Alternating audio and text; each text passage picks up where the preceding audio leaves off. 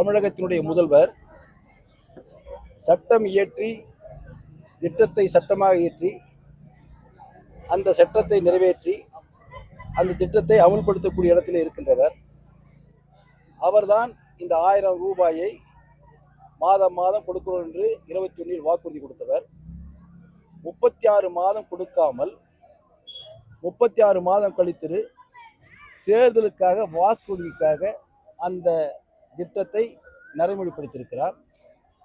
அந்த திட்டத்தை நடைமுறைப்படுத்துகின்ற போது நிச்சயமாக அரசு ஆணை பிறப்பித்திருக்க வேண்டும். அந்த அரசு ஆணை நடைமுறையில் இருப்பது என்பது அனைவருக்கும் தெரிந்த ஒன்று. அது முதலமைச்சருக்கும் தெரியும். அந்த முறையில் தேர்தலுக்கும் அதற்கும் சம்பந்தமே இல்லை. நான் கேட்கிறேன், இப்பொழுது மாணவர்கள் சத்துணவு சாப்பிடுகிறார்கள். தேர்தல் வந்தால் சத்துணவை நிறுத்தி விடுவார்களா? ஒரு திட்டத்தை ஒரு அரசு அமல்படுத்தி விட்டால் அந்த திட்டம் நடைமுறைக்கு வந்துவிடும். அது ஒரு பாமர மகனுக்கு கூட தெரியும்.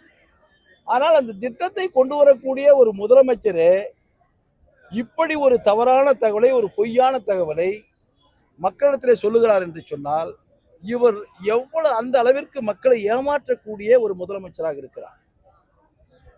இந்த 5000 போடுவது என்பது அவர் தன்னை காப்பாற்றிக் கொள்வதற்காக, விமர்சனங்களிலிருந்து தன்னை பாதுகாத்துக் கொள்வதற்காக இது போன்ற ஒரு தவறான கருத்தை சொல்லுகிறார்.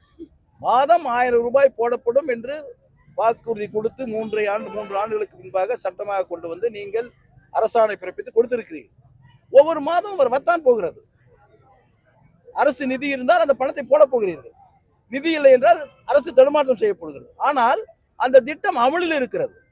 அப்படி இருக்கின்ற பொழுது நிதி இருந்தால் அடுத்த மாதம் வர இருக்கிறது. அதே போல அடுத்த மாதம் வர இருக்கிறது. மே மாதம் என்ன தேர்தல் நடக்கின்ற நேரத்தில் ஏன் அதை அட்வான்ஸாக நீங்கள் கொடுக்கிறீர்கள்? என்ன அர்த்தம்? அரசு பணத்தை எடுத்து ஊழல் செய்திருக்கிறார் என்று முதலமைச்சர். ஒரு திட்டத்தை முறையாக மாதம் மாதம் கொடுக்க வேண்டிய அந்த திட்டத்தை முன்கூட்டியே மக்களிடத்தில் கொடுக்கிறார் என்று சொன்னால் அடுத்து வருகின்ற தேர்தலில் அவர்களுக்கு ஆசை காட்டி வாக்குகளை பெறுவதற்காக இவ்வளவு பெரிய தவறை செய்திருக்கிறார். அது நான் வன்மையாக கண்டிக்கிறேன்.